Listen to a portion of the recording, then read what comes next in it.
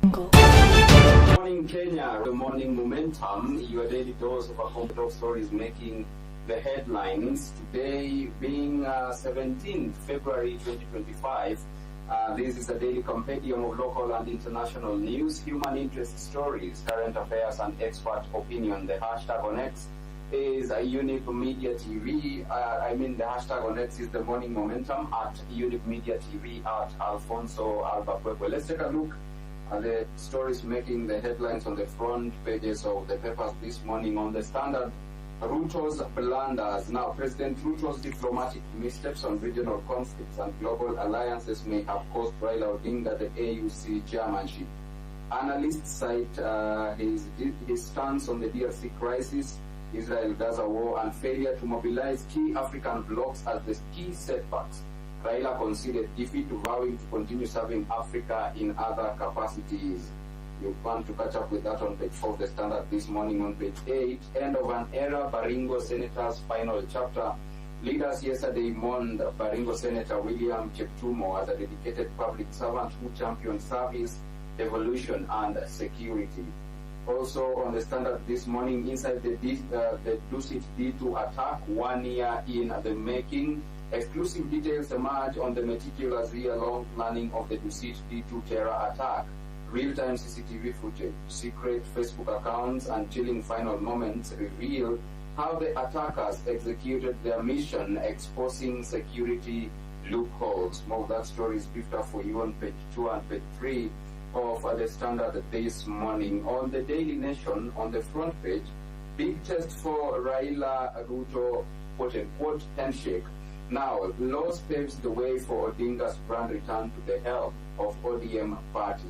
Former Prime Minister Raila Odinga's bid for the chairmanship of the African Union Commission chairmanship was widely seen as a game changer in Kenyan politics, but the loss that inevitably draws him back to the local scene presents the first major test for the opposition leader's truce with President Ruto. That story is briefed up for you on page 4 and page 5 of the Daily Nation this morning. Also, on page 15, Treasury releases counties a list of shame, and bottom 10 counties that allocated less than 30% to development projects in the financial year 2023-2024. Nairobi at 10.3%, Kisii at 13.7%, Mombasa 16.2%, Kisumu 17.5%, Taita Taveta 18.6%, Kiambu 19.4%, Kakamega 20.2%, Vihiga 21.1%, Nyamira 21.4%, and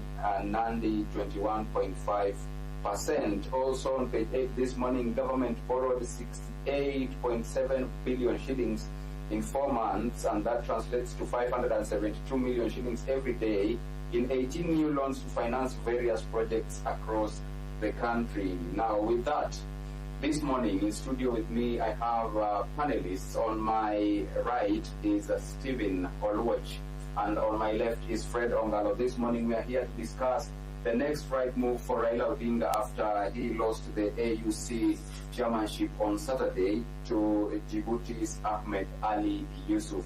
Now, good morning, gentlemen. Good morning. Thank you so much for making time. I want us to start this discussion by first of all asking this question. Who lost the AUC chairmanship? Is it Raila? Is it Kenya? Is it Africa? It has spiked a lot of reactions on social media. So according to you, who lost the seat? AUC chairmanship, the person who lost IUC is Kenya and President Ruto, according to me. Okay. Yes. Fred, what are your reservations? Well, my reservations actually will be based on the criteria of electing the AU chairperson. To me, it was the African Union, because if you look at the candidate, Ben Raila was the best bet for it. But the criteria of electing the chairperson, according to me, was not the best. It was not the best because, elections, Alfonsoh, we had three candidates.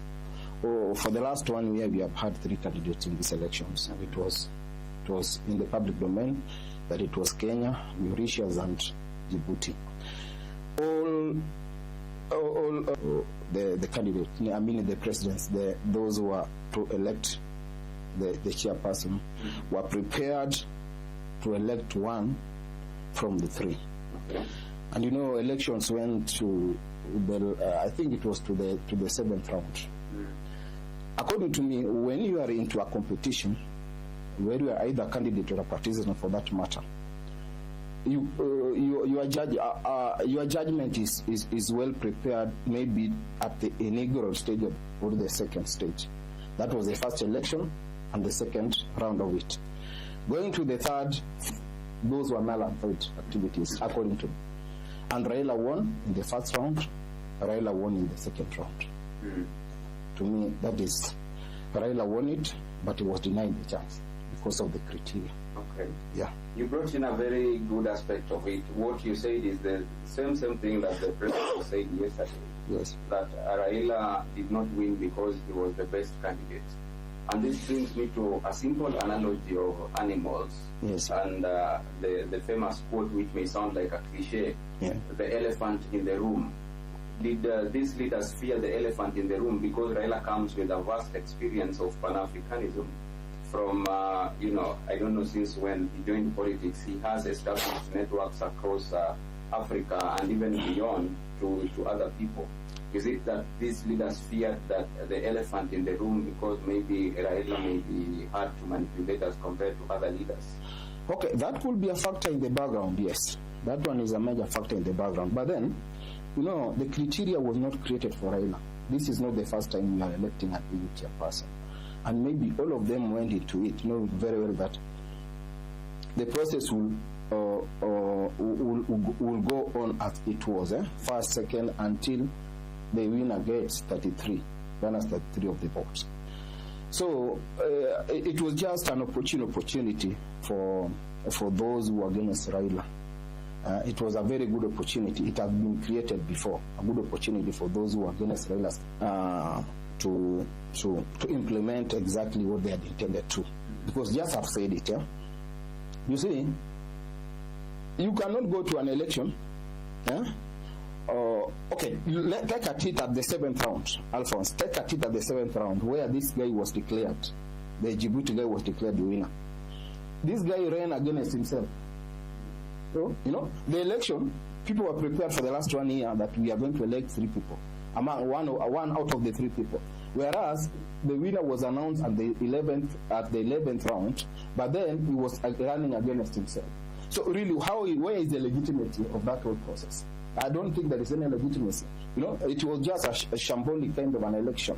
And those who were the actors there, I had not seen it. I don't know whether Raila and maybe the presidents actually noted that, and if they noted that, whatever they did about it, they will have done something about it, so that the criteria of electing an AU chairperson will have been made as simple as possible. Yeah, simple majority was it. Yeah, election first round. Maybe the second round was just a confirmation that Raila had won. Raila was elected in the first round, and again, confirmation was done in the second round. These other one were not elections. So I will say that it was the whole process was designed to make deals at that particular time. Because what I saw is that, for those who have interest behind the scenes, African interest, AU activities behind the scenes, maybe found it difficult to shuttle around the continent actually to influence election in one pattern, one way or another. But then it was very easy to make deals at that particular time, very cheap, very convenient, and the process was designed in a way that it will make it work. Okay. Steve, we understand that geopolitics played a key role in these elections. We have the Anglophones and the Francophones and the others. And the history of AUC chairmanship is that French-speaking countries have always won. maybe do you think that they need to restructure how this thing goes around the continent so that at the end of the day, each bloc gets at least to take the position of the AUC chairmanship? Thank you, Alfonso, for that observation. It is true. If you look at the voting patterns, is that Anglophone-speaking nations, when it comes to AUC elections, they do vote as a bloc when the Anglophone country member is a candidate in that case. So for this one, I think they are making it difficult for any other regions to clinch the position, because if you look at those countries, actually they are among the majority, and I think the election rules were made to favor them in my observation. So moving forward, just like Fred have said, I think they should not put so many restrictions. They should just put that simple majority, as Fred has put it, so that to make it easy for this leadership to go to different parts of Africa. Okay. Yes. Now that you say Kenya has lost, and Africa has also lost at large, and we are narrowing this down to Kenya's candidate Raila Odinga. What do you think is the next political moves for Raila now that he lost the AUC chairmanship? He had declared that should he win that position, then he was going to retire from Kenyan politics. Now he did not win. What next for Raila? Before I could answer that question, I think Raila lost, and the losing was contributed with so many factors. One of them is diplomacy mistakes made by President Ruto. Actually, that is what contributed the most, if you look at it. And I've ever said in this platform that our president is a PR president. Going there to make deals and you make them public, and here it is deals between countries. I'm country A, you are making a deal with country B. We've signed a deal. Okay, we've signed a deal with country A. This country A, there is a deal there striking with country B. Again, I'm going to talk to country B publicly. There is something you are communicating. So I think the people who thwarted this Raila losing, part of it, government contributed to Raila lose. Moving forward for Raila have like three options: come back, organize his troops, disorganize this government, so that come 2027, he can decide to be on the ballot. Another thing for him is that come back, strike a deal with William Ruto, so that come 2027, he be the kingmaker. Whoever he will endorse will be the automatic winner in that case.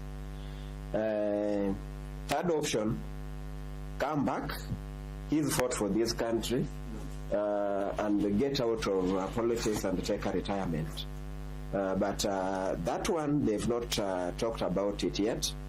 And he's coming back today. And I think I'll be monitoring and see what he's going to say. But he has like three options at his disposal. It is upon him to decide which the best option for him to take or follow. Despite that, moving forward, if I was Raila or Odinga family, there are some people we should just remove from his cycle. The psychopaths, the demagogues, like those ones that want to use it as political shield to gain political mileage. I think it is time for him to identify these people and put them aside, because these people are really misleading and misguiding him so that they can gain political mileage. Fred, laws to Raila Odinga. You know, I look at how Kenyan legislature team went to Addis. Yes. And from the look of things, it looked like they already started celebrating the win even before the elections were done. Look at how the other two leaders did there, from the campaigns to how they went there. We never saw such kind of a thing. What does this communicate to the public? Okay. Maybe first, what I want to say, Alfonso, is that Raila, to me, on principle, Raila never lost election, and I think I have stated that one quite categorically. On principle, Raila never lost that election. Then secondly, I just want to react on the geopolitics. You know, let us argue based on evidence, on facts. The elections at the AU was by election, by secret ballot. We don't know even whether President Ruto voted for Raila. So I don't really want us to start blaming other regions that they never voted for Raila. And especially considering that Raila won in the first and the second round. You know, let's take it from there, in a secret ballot. So that is something that when we start, that is just an imagination in our minds. It is not true. It cannot be proven. Then, as my colleague Alfonsoh have stated, blaming Ruto, and I mean Steve, blaming Ruto, I think is also not right, because if you look at the criteria of electing the president, considering that on where I stand, I believe that Raila won. I would not really want to blame Ruto for that. You know, Ruto did his best. You know, Raila won in the first round. You know, Raila won in the second round. Why then should we start blaming the president? You know, these other ones were there. Ruto Raila never lost. So blaming Ruto, really, it is neither here nor there. You know, let us look for other things. But then blaming Ruto, to me, it is not really right. Ruto did his best according to me, and the results were out in the first and the second round. And that one, I think that one is well understood. Now, coming to your question, I think it is our nature. We took our Luo politics to Addis Ababa. You know, basically, the majority of those who went there were ODM guys, and that is how they handle things. You know, before even these elections were done, I told people these things really are very different. We were going to Addis Ababa from the experience and culture of ODM and Kenyan politics, which will not really make any impact. In any case, will make a very negative impact, because Raila was going there as an African statesman. And the celebration that you saw was just too much of excitement. And I think there is one thing I would say, that Raila, really, we have to agree that he has a very strong fan base.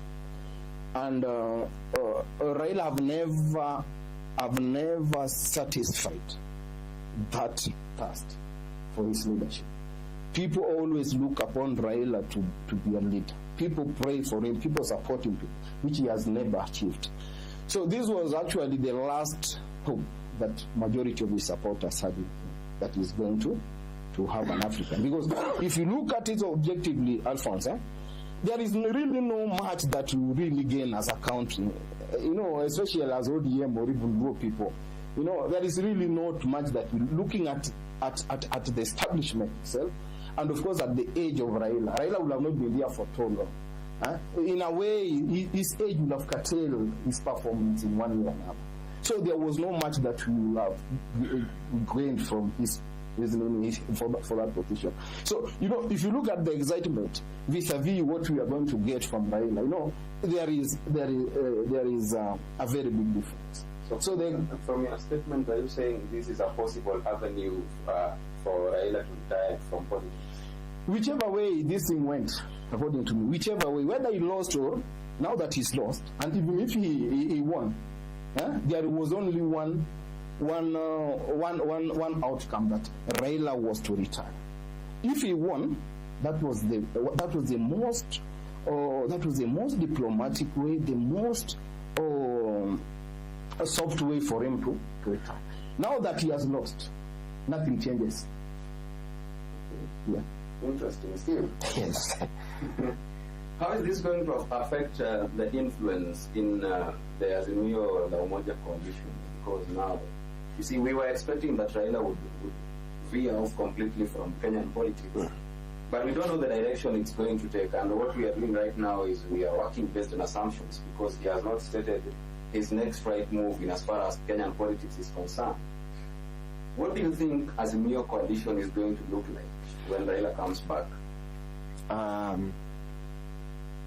I will peg my discussion on what Kalonzo said yesterday in Mwingi. Kalonzo stated that our president William Ruto misled Raila into this election and embarrassed him out there. So for the Azimio coalition, remember, there is the issue of majority minority in the parliament still pending. Now there is this AUC issue, Raila losing. So I think this one political opportunist might use it to pull that push-pull method to see to try to persuade Mr. Odinga to come back to Azimio so that they can muscle to revenge or maybe punish President Ruto. In my thinking, it is very rare for Kalonzo Musyoka to make some reckless speeches. Yesterday he did it. Remember, this is politics. Politics, nothing happened out of mere coincidence. Everything in politics is usually well scripted to achieve a specific objective. Even him, Kalonzo Musyoka, was trying to achieve a certain political objective. And maybe it is a possibility. This could be it could be a blessing on their coalition in that Raila, Ruto, might start polling from different directions, and this will work in favor of Azimio. Yes. Will his supporters accept this outcome? Actually, that is what the supporters of Raila wants. Nobody is happy with this Raila-Ruto handshake. And that is why you saw in Kondele, Ruto must go. You saw in Nyeri, though they were celebrating, but the celebration was Baba should come back so that we organize our local politics. Fred, how is this going to affect Raila's, biography in the East African community? Well, I think the Raila's AU campaign was basically the last kick in his political career. Yeah, so I really don't think there is because who is his competitor? Raila at 80. He should be retiring. Of course, he should have retired. So I really don't see so much his image actually, unless he himself decides to continue active politics in Kenya and maybe Africa, which I don't think he has the room. I know. So there is really no much. Yeah, there is one thing that Raila did, which I think is not good for his image because he was a human being. Raila, at one hour, he will definitely exit politics and maybe exit entire. As I've said, that he is going to use AU as an exit strategy from the active politics. He should have done so, and possibly, if he felt it in his wisdom that it would be appropriate to appoint a successor, he never did so. Mm-hmm. So the idea that Raila will, but his image, I don't think it will be dented in any way. Just because on principles I've indicated here that if you actually look at it soberly and very critically, is that these elections Raila won them, and he won in a way that any other person will actually understand. So it is not going to injure him. Image maybe in terms of Africanism, Pan-Africanism, or for his local activities as a statesperson in Kenya. Mm-hmm. I don't think so. It will not tempt. Still, is this going to affect his influence beyond Kenya? Actually, this one is going to give him mileage, if you ask me. Reason being, you saw the vigor he brought into this election. AUC election used to happen, but the hype that we saw in this election, it has never happened. His image is only that this is also another political seat, and political how do we call it? Political groupings. You see the Anglophones, you see the regioning like him. But in terms of his image, I think people are going to see Raila more differently as a statesman. Even him congratulating the opponent there, I think, is a very good meaning that if maybe personal ambitions and legacy consideration. Yes. At his age right now, should he continue focusing on more political ambitions, or focus on how he is going to exit the political scene with a good legacy? Of course, I've said this one, Mr. Alfonsoh. I've just said that Raila's going to AU was an added advantage to his retirement. Yeah, whether he won or he lost, nothing has changed. Raila should use this opportunity now to retire. Let him now. I really don't know as a person what he really feels, what are his priorities at the moment.